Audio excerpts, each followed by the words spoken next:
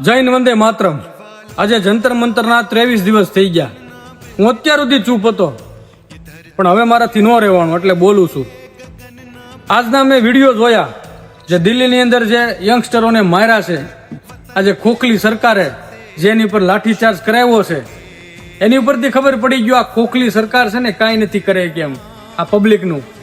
અને જે માણસ જંતર મંતરની અંદર આંદોલનની અંચનમાં બેઠો છે એને શું મળે છે? કાંઈ નથી મળતું.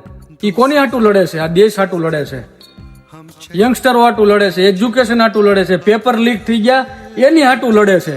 એને કઈ શોખ નથી થતો ત્યાં લડવાનો, કૂવાનો, અંચન કરવાનો. પણ હવે વાત તમારી ઉપર આવી એટલે તમને લોકોને ભી પડે છે જવાબ દેતા.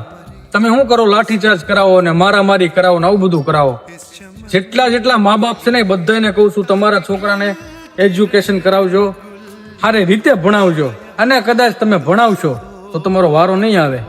આમાં ફાવી કોણ જાય છે? રૂપિયાવાળા.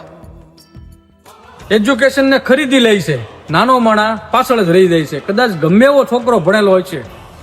આજ હું એટલે રાડું પાડું છું. આ ખોખલાવ નેતા છે ને, આ એના છોકરાઓને એ કઈ રીતે એજ્યુકેશન અપાવે છે? કદાચ ઠોઠિયો હોય છે એનો છોકરો તો રૂપિયા આપીને એને આગળ કરી દે.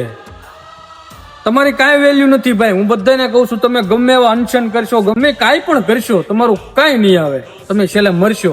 તું ટોટલ તમે પહેલેથી છેલ્લે સુધી બધું કરપ્શનમાં જ છે ભાઈ. ગમે એ વસ્તુ લઈ જાઓ, ક્યાં કરપ્શન નથી. તમારે છેલ્લે મરવાનું છે. બધા યંગસ્ટરને કહું છું, રોડ ઉપર આવવું પડે તો આવો, લડવું પડે તો લડો, છાતી ઠોકીને વિરોધ કરો. કેમ કે ઇતિહાસ છે ને આટવા વાળાને લખાય, ચાટવા વાળાને નહીં. વંદે માતરમ.